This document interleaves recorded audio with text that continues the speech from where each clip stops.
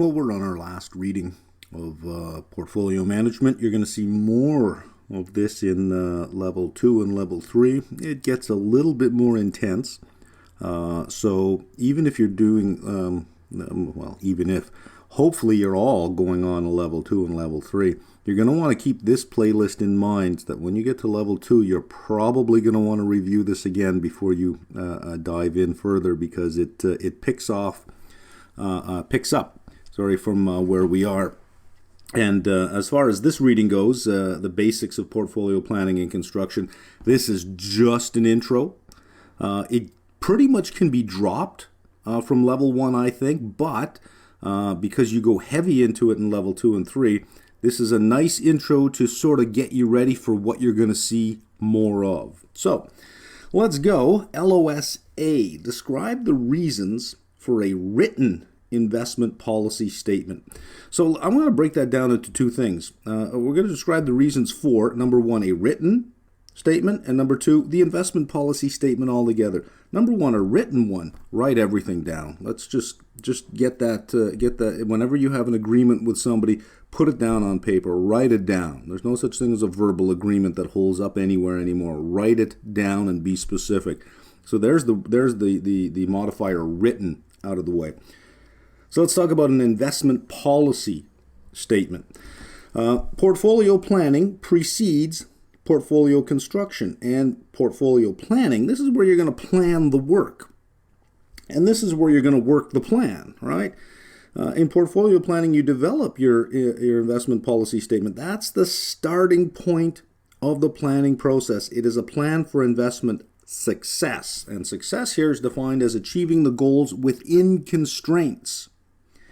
So let's take our client, and notice I put the client in the middle. Always do that. Whenever you're thinking about designing something, always put the customer at the center and design around it. So the client is at the middle here.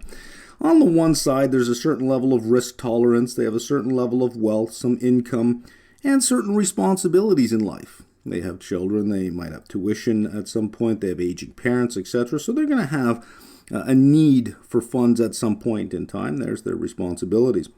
Their risk tolerance can be broken down into two things, and we'll see more of this later, into two broad concepts. The willingness to take risk and the ability to take risk. The ability is measured by their wealth and their current income and their future prospects for income, and their willingness by their disposition, how tolerant they are for risk. We'll see more of this later. So anyways, we have an idea of this. You must know this. So you sit down with a client and you dig to get all of this. Once you have this, then we can move over and say, okay, well, what are the objectives of this client? And those objectives must be in alignment with all of this. And what constraints do we have? And our objectives, we want to be as specific as possible. Remember, we're writing this down. So what kind of expected return are we looking at? What level of risk are we going to assume? The constraints, is there a liquidity constraint? Again, that comes in with the responsibilities. Taxes, is this inside a registered account or outside? If it's inside a registered account, well, we can ignore taxes. If it's outside a registered account, there's a difference between a high income tax inefficient security and a low income very tax efficient security. We must look at after tax returns. What about time? Somebody at 63 with $100,000 says, I want to retire at 65 with $1 million. Make it happen. You got to talk that person down. That's an unrealistic objective because of that constraint. So let's go back up to the word success. Achieving goals, that's your objectives, within the constraints. All of this, a discussion of all of these characteristics of the client, an identification of their risk, of their willingness and their ability to take risk, along with their objectives and constraints, are written down, and they form the investment policy statement. That guides what you will and will not do. So the IPS helps the investor decide on realistic investment goals. In other words, that's you managing expectations, and that's very important to do. Clients always think that, here we are, here's somebody that really knows what's going on, they're going to make me a bundle of money. You have to manage that expectation. You have to say, look, I can't manage your returns. The market will take care of that. I can only manage your risk and manage your expectations. So it helps the investor decide on realistic investment goals. It creates a standard to measure performance, and it guides the actions of the portfolio manager, assess the suitability of particular investments. If we're talking about institutional IPS and not just individual IPS, but an institutional investment policy statement, there might be another section in there on governance arrangements. How do we appoint or review a portfolio manager? What discretion do we give to the portfolio manager? And we'll talk about discretion later when we talk about tactical asset allocation as opposed to strategic asset allocation. And an IPS should be reviewed and updated regularly since, well, the client moves through time. The client isn't 25 forever or 30 forever. The client goes from 25 to 30 to 35. Their conditions change, their wealth changes, their income changes. Somebody at 30 may not have a lot of income and a lot of wealth, but that same person at 40 has incredible income and wealth. In other words, from 30 to 40, by the time they get to 40, they're able to take on more risk 10 years later than they were 10 years earlier because they had less. So you have to update that IPS regularly because the client circumstances change. And remember, everything is designed around the client. So if the client changes, that IPS has to change. Moving on now to LOSB. A keyword here is to describe. Describe the major components of an IPS. This is fairly straightforward. It's just a bunch of words on a page, right? The introduction describes the client. Let's start there, and that's everything we talked about in LOSA. Wealth, income, responsibilities, risk tolerance, etc. The statement of purpose. Purpose of the IPS. Statement of duties and responsibilities, the duties and responsibilities of the client, the custodian, the investment manager. The custodian is the institution that holds on to the funds and the securities that the investment manager manages for the client. The client doesn't hand their money over to the investment manager. They hand it over to a custodian, and the investment manager then manages the money over there. Procedures, steps required to keep the IPS up to date.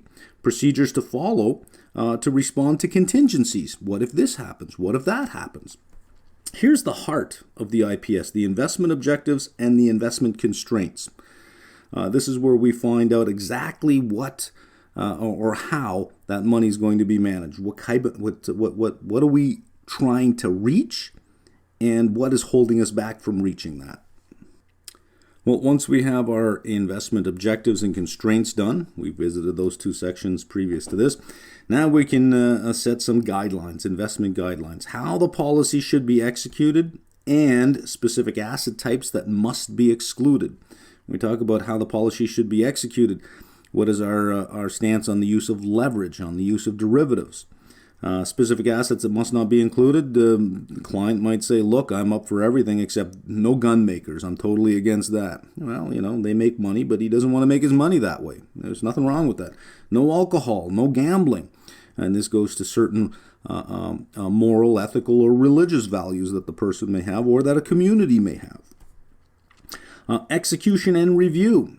Feedback on investment results. How do we tell the client what they're doing? How often do we have to tell the client what they're doing? How do we tell the client what they're doing? What information do we give? And different appendices. The first appendices will have your strategic asset allocation. We'll talk more about this. And then some rebalancing policies. How often do we rebalance? What triggers a rebalancing? And there are two types of rebalancing. There's dynamic rebalancing, which is just rebalancing in the normal course of operating a portfolio to bring us back to the SAA. And there's something called tactical rebalancing, which deals with how much discretion we gave the portfolio manager to diverge from the strategic asset allocation to take advantage of something that, oh, you know what? This looks good. It's not part of the SAA, but this looks good. We should jump on this. So we'll change our asset allocation from what we originally said to something different for a period of time and then go back. But this deals with the rebalancing policy. If there's any tactical rebalancing allowed, that's where we'll find it. LOS, C, and D, we're going to combine in one. Keywords here, describe and distinguish. So what are we doing? We're describing risk and return objectives and how they may be developed for a client, and distinguish between the willingness and the ability or capacity to take risk in analyzing an investor's financial risk tolerance. So, portfolio risk should be congruent. This little wavy line typically means congruence. Should be congruent with risk tolerance. It should be in line with that. And risk tolerance, we're saying we're going to conceptualize it as a two-dimensional concept. One is ability, the other is willingness. And we measure risk tolerance by the lower of the two. Somebody with great ability to take risk, but not very willing, should have low risk tolerance. Somebody who's very willing to take risk, but just doesn't have the ability to do it, should have low risk tolerance, right? We'll see more of that a little bit later on. Our risk objectives, and they can be broken down into just two, absolute or relative. We can think of different funds as having these objectives as well. Hedge funds look for absolute return. Mutual funds look for relative return. Well, an individual investor could be the same thing. An absolute return, you might have a statement that says capital preservation, such as a maximum loss in any 12-month period. So I'm more concerned with the preservation of capital, the return of my capital as opposed to the return on my capital. So I do not want to suffer a loss greater than X amount over any 12-month period. How do we operationalize a statement like that? Well, we state it more in a probability statement, right? Select a risk level such that a 95% probability exists that the fund will not suffer a loss greater than 4% in any given 12-month period. So now it's operationalized, so now that we can measure that. Typical measures of risk that we would use, variance, standard deviation, value at risk. We've seen all of these plenty of times. Relative return, well, this relates risk to a benchmark. So I want to be, if I'm paying you a fee, you need to beat a benchmark. This is the benchmark that you have. If we are looking at risk objectives for an institution, the risk may be tied to some future liability, such as pension plans. They know in so many years they have a certain amount of payout that they have to do, so their risk might be stated in terms of not the probability of not being able to meet those liabilities when they come due. Let's talk about risk tolerance. Risk tolerance is a function of ability and willingness. The ability based on your time horizon, your income, your wealth. Your willingness is based on your disposition, just your general disposition. Some people, regardless of their wealth, don't like risk. And some people, regardless of their wealth, have no problem with risk. And your financial understanding. This one actually is a lot bigger than you would think. I have a friend who manages money for clients, and he's a derivatives trader, but he can't do that for a lot of his clients, even though he suggests using certain derivatives to do something in their portfolio that would earn them income.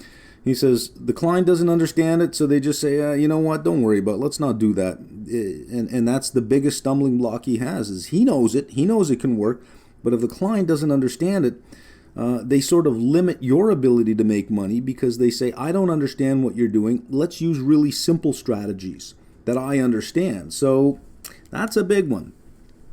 So let's break it down into a bit of a matrix, and on the vertical here, we'll label this axis willingness, and we'll label the horizontal axis ability.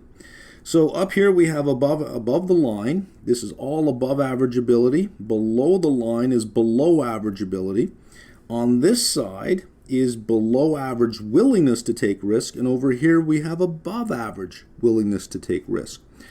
So on the diagonal, these two are the easiest ones to work with. Those are pretty basic and straightforward.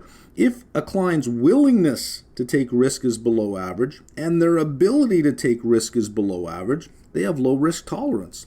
Nothing to think about there.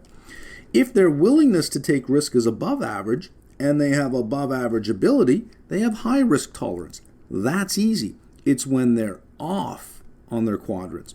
Let's have a look at this quadrant over here. Client has above average willingness to take risk, but below average ability. They really can't afford the loss. They just don't know any better. Well, we would say they have low risk tolerance at that point because they're constrained by their ability, regardless of how willing they are. Your job is to talk the client down. is to sit them down and say, look, here's the reality of the situation. Here's where you should be. While you're willing to take risk, your money is not willing to take risk because there's not enough of it. What about this one over here? This is a troubling quadrant. These two are easy. This one's fairly straightforward. The client just can't do it regardless of what they want. But this is troubling. And let's see if we can break it down here. The client has above average ability to take risk, but unwilling, below average willingness to do it. So they do have high risk tolerance, but they don't want to do it. They're acting as if they have low risk tolerance, even though they have high risk tolerance. So your job actually is a little bit difficult here. You must explain the conflict and the implications, but you must not try to convince them that they're wrong. Now that's tricky to do. Somebody who's got lots of money, who can afford to take risk, but is just terrified of financial markets, terrified of risk, you can sit them down and say, look, here's the reality. You're good. You're safe. Maybe 10 or 15% of your wealth we can try to achieve more growth with. We can try to do this. If you don't do that, here are the implications. You might underperform inflation. You might do this, you might do that, whatever the case is. But you have to explain the conflict and the implications and allow the client to meet you there. But you cannot say, look, you're just wrong. Come on, let's do it. Let's do it. What do you got to lose? You can't do that. You can't bring the client over there through that. You lay out the argument and you let them take it. If they don't take it, then they have low risk tolerance. You classify them as low risk tolerant, even though they have above average ability. If you try to change their attitude towards risk, that's wrong. But if you try to educate them, then that's okay. However, it's like leading a horse to water. All you can do is provide the horse the opportunity to drink. If the horse doesn't want to drink, there's nothing you can do. So with the client, all you can do is provide them the opportunity to see. If they don't want it, leave it. Nothing you can do. It's not your money. Who cares? And finally, let's look at return objectives. We spent a lot of time on risk objectives, right? And I think that it's logical. Look, you can manage risk. You can't control what the market does. You cannot control what the market does. All you can do is control your response to what the market does. You can control your behavior, but you can't control the market. You can manage risk, but you cannot manage return. Return will be what return will be. That's it. So as far as return objectives, it's not, we don't have to go into as much detail as our risk objectives. They must be realistic, clearly, number one. And much as we had talked about before, return objectives can either be absolute or a relative objective. Absolute is give me X percent. So that might be stated as a required rate of return. So if I'm a pension fund and I have certain obligations to meet in the future, I've discounted those back to today's dollars. I have that much today. Well, I got to perform at least that required rate of return to meet my obligations, right? Relative versus a benchmark, be within a certain range. If the benchmark is down 10%, I only want to be down 9. If it's up 10%, I want to be up 11.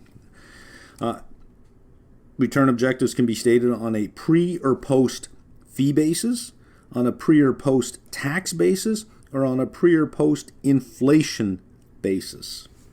LOSE, keyword here, describe the investment constraints of liquidity, time horizon, tax concerns, legal and regulatory factors, and unique circumstances and their implications for the choice of portfolio assets. All right, number one, liquidity. This deals with redemption or withdrawal requirements, and it focuses on the need to have readily convertible investments to cash at a price close to fair value.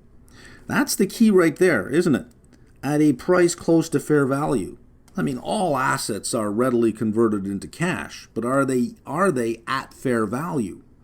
We can be holding shares of a particular company. We can always sell those shares of that particular company. But what if they happen to be undervalued? We bought them when they were maybe fairly valued because they had great income. Now they're undervalued. Well, we're not getting fair value. One may argue that the price in the market is fair value, but not based on our assessment of what it should be. So maybe we don't want to sell it at that point in time. So this is where your cash component of your portfolio comes in. And cash doesn't mean you just got a pile of cash. It means you're in the cash market. You're in the money market at that point. That's fairly liquid, and that stuff can be sold at close to fair value. So as these redemption or withdrawal requirements draw near, you want to start allocating less to those riskier assets or those long-term assets and more to money market assets that can be converted close to fair value. Time horizon, shorter time horizon, more difficult to overcome losses. Tax concerns, whether you have registered or non-registered accounts. The vast majority of money out there are in registered accounts. Huge sums in registered accounts. And if you take any individual and look at where the majority of their savings are, it's typically in two assets. Their home, which is real estate, and their registered accounts. The majority of their wealth. Now, there are people who have more money than what they can possibly put in their registered accounts because you're limited on how much you can put in those registered accounts. You can't shove everything in. So they'll have non-registered accounts. And in non-registered accounts, you have to make a decision if you're looking for income versus dividends versus capital gains. Some jurisdictions tax these differently. In Canada, income is income. Interest is income, period. If you receive dividends from a non-taxable corporation, such as a REIT, a real estate investment trust, in a non-registered account, guess what? That's not a dividend. That's income. That's counted as pure income. Dividends, if they're from a Canadian taxable corporation, have special treatment in Canada. You pay really, really low tax on that. So sometimes it's better to take a 4% dividend from a Canadian bank than to take an 8% dividend from a Canadian REIT, just because of the tax situation. Versus capital gains. And here in Canada, we have the same distinction in capital gains versus short-term and long-term. Short-term capital gains, add to your income. Long-term capital gains, you can cut it in half and you only have to claim half as your income, so it's more tax efficient. You got to think about these things. In a registered account, you don't have to think about anything. It's over. It's done. Oh, one other thing I should mention too in the non-registered account is if you have allocation to foreign bonds or foreign stocks, foreign stocks, the country, when the company pays a dividend, the country may have a withholding tax so that you may not actually receive that whole dividend. So you have to be careful. Even in some registered accounts in some countries, if you're holding stocks in a registered account outside of that country, and those two countries don't have a tax treaty with each other, there'll be a withholding tax. So that doesn't mean that just because you have a registered account, there are no taxes. You might be holding a shares of a company in a particular country of which we do not have a tax treaty with. They'll withhold that source before you get it. Legal and regulatory. So for an example, self-investment limits for pension funds with respect to the sponsor. I've mentioned this several times, that pension funds should not hold the shares of the sponsor itself. And there's actually some jurisdictions that have actual rules and laws about that called a self-investment limit. And unique considerations, restricted assets, assets that the fund will not hold. Holding requirements. There might be some assets that the fund is required to hold. So endowments are particularly a good example for this. An individual, usually endowments are set up by very wealthy individuals, and these wealthy individuals set up these endowments by providing company stock, and the company stock pays the dividend, and it's the dividend on the stock that provides the income for the endowment to do whatever they want to do. And part of the requirement in the endowment might be a holding requirement that block of stock is never sold or never liquidated. It must be held, so there might be a holding requirement. Might be concentration restrictions in terms of how much of any one particular asset you would hold, or how much of any one particular company you would hold, because you don't want to have controlling interest. There might be industry concentration restrictions. So you might have a company pension fund, let's say, for steel workers, and it might have a self-investment limit of 0. You can't hold any of the company stock. But it might also have a concentration restricted saying, look, don't be anywhere in the steel industry because our workers have, whatever affects us affects the whole industry. So just don't be anywhere near it. So it might have that concentration restriction as well.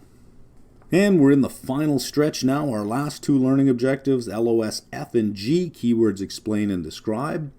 Explain the specification of asset classes in relation to asset allocation, and describe the principles of portfolio construction and the role of asset allocation in relation to the IPS. That's a terribly written learning objective, by the way, because it's just not very clear what that means, right? Anyways, I'll do the best I can for F and G. I've looked at a bunch of different exam questions and tailored this to say, okay, well, let's see if I can't get you what you need to know for those types of questions. Let's start with strategic asset allocation. What is that? That's the percentage or the percentages allocated to each asset class in order to achieve the client's objectives. And an asset class is a category of assets that have similar characteristics and risk-return relationships. And this can be a little bit troubling, the asset class, to distinguish what makes an asset class, but we'll get to that. The allocation across asset classes tends to be the primary driver of returns. Exposure to the systematic risk factors that drive the class tend to be more important. Being in the right asset class at the right time versus being in the right security. So in other words, being in equities versus bonds is more important than being in the right equity. Just being in the asset class in general is the primary driver of returns. Not so much the actual equity stock that you pick, the names that you pick, but being in the class is more important, simply because that class has certain systematic risk factors that drive the whole class. So as long as you're in the right ballpark, you don't have to be standing on the right base. As long as you're in the right ballpark, you'll be okay. And of course, this has to be balanced with capital market expectations. And this just says, hey, what do you think is going to happen? Are things going to be great? Should we be worried? Are we going to stagnate? Are we going into a recession? That will help dictate what asset class you should be in at the right time. So let's look at the asset classes. We'll look at the big, broad asset classes first. Typically, most people think of just the first three: cash, equities, fixed income. But we also have real estate and alternative investments. The reason most people don't think of real estate and alternative investments is because we don't really consider them tradable. Real estate, for most people, is their primary place of residence.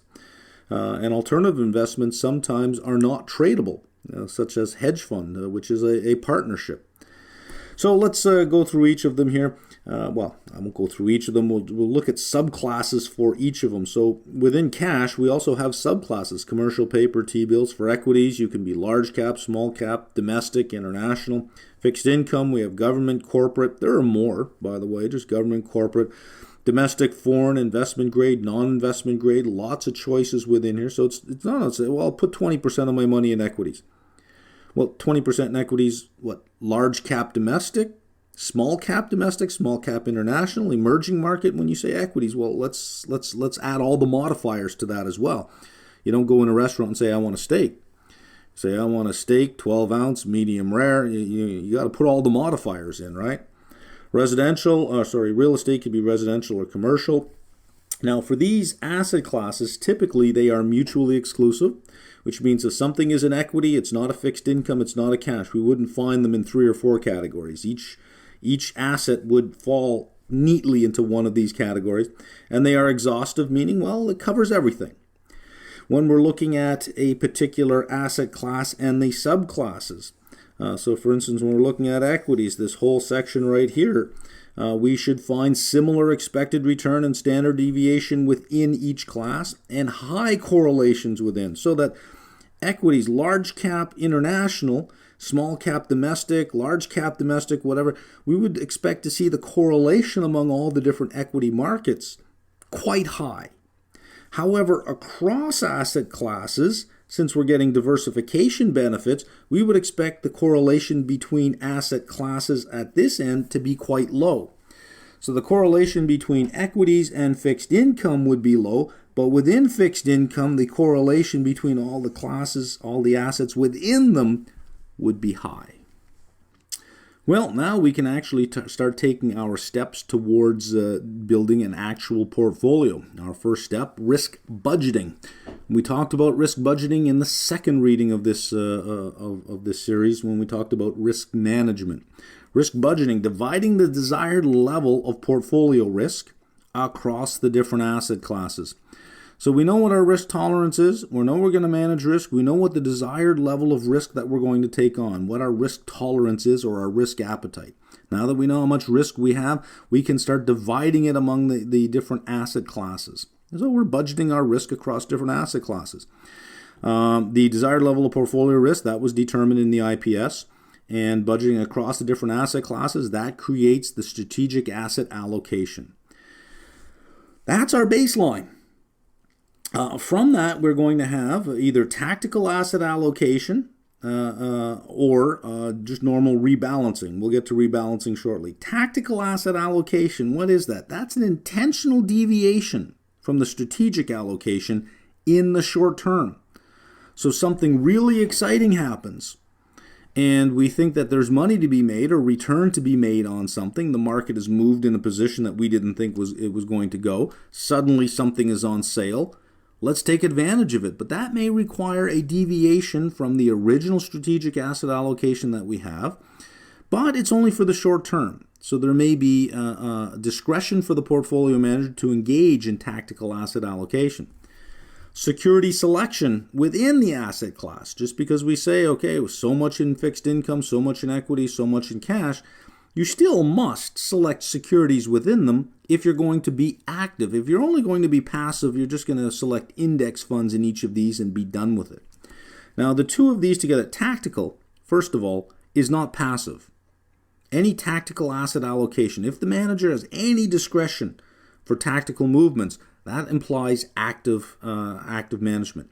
So you could have a situation where the SAA is completely passive, where our strategic asset allocation will be in passive instruments, but we will engage from time to time in active tactical allocation. That is something called a core satellite approach. The core is passive, and then every now and then you'll get active. You'll do some active movement, such as a tactical movement. That's called a core satellite approach. Finally, portfolio rebalancing. And we rebalance to correct drift from the SAA, from the strategic asset allocation, due to either income building up, because we're going to get interest, we're going to get dividends.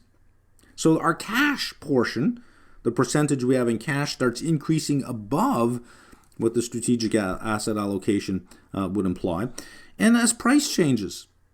So if equities are on a tear, in a year, suddenly the value of our equity component will be significantly higher than what we wanted. Our cash position will be higher, and maybe our fixed income position will be lower. We need to rebalance.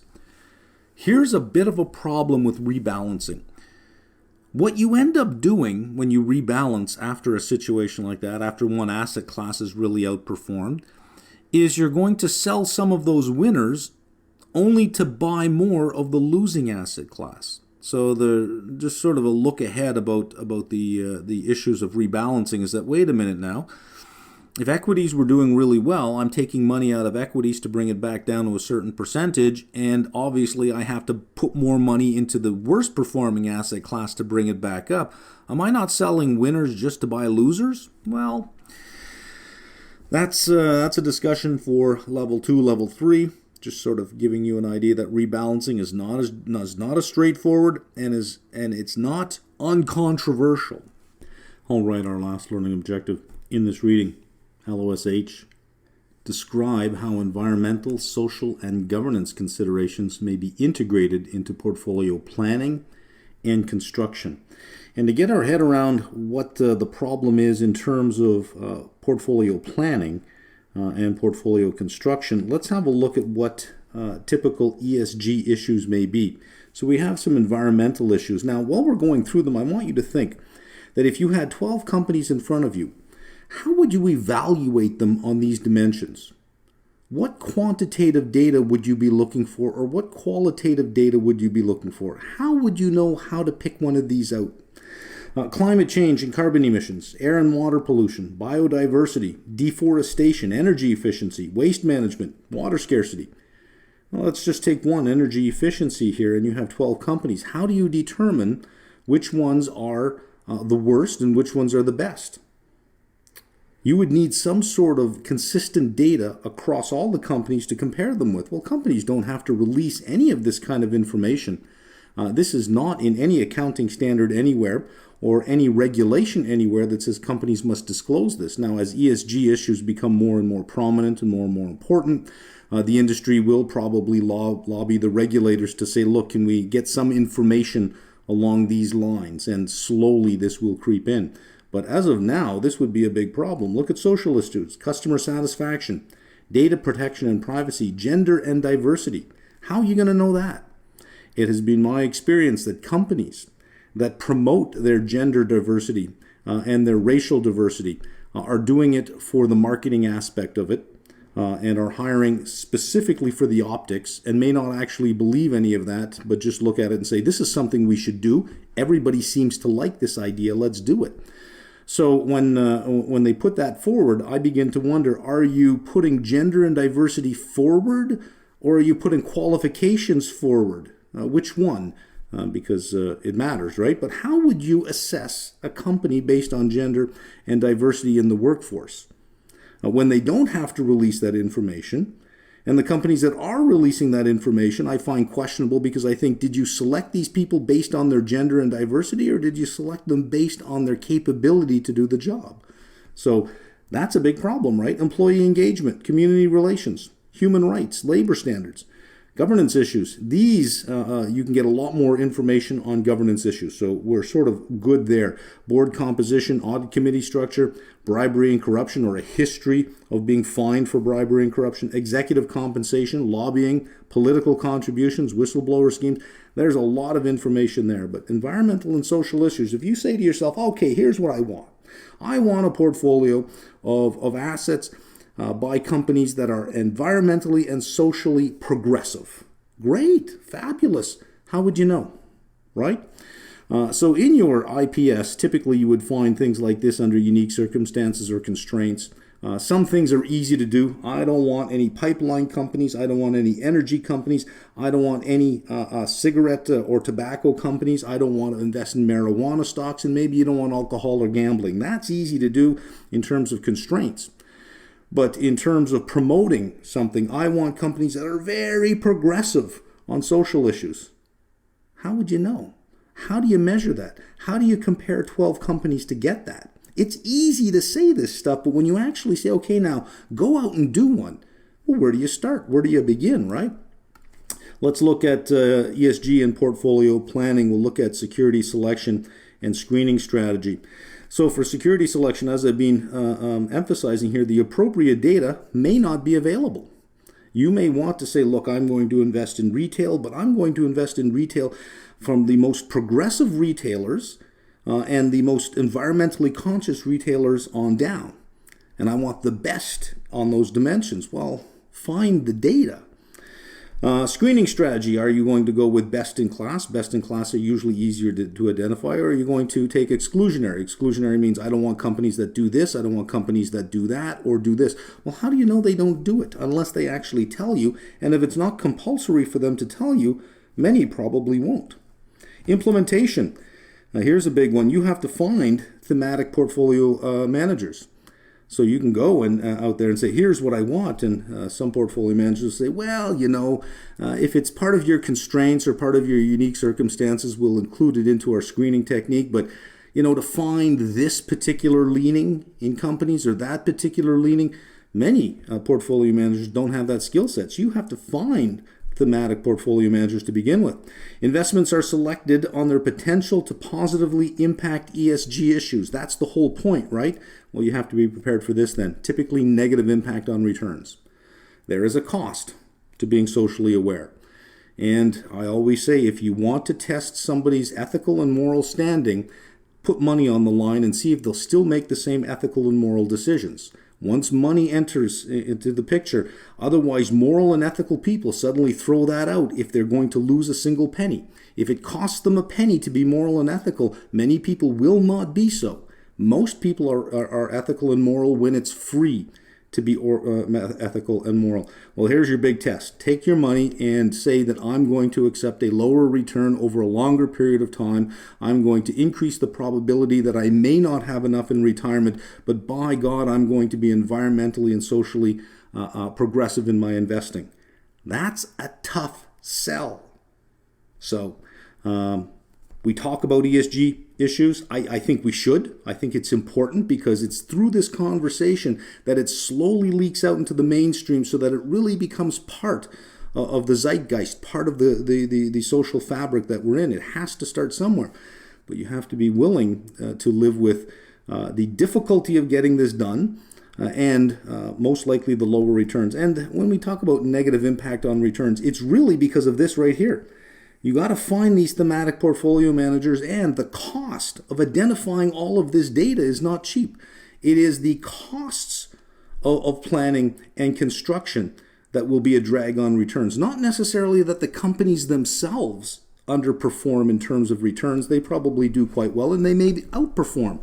But if you're tracking a benchmark of these companies that are outperforming, well, your costs of just investigating the company are significantly higher, so you will typically have negative impact on returns because of the cost of getting that done. That's it for this reading.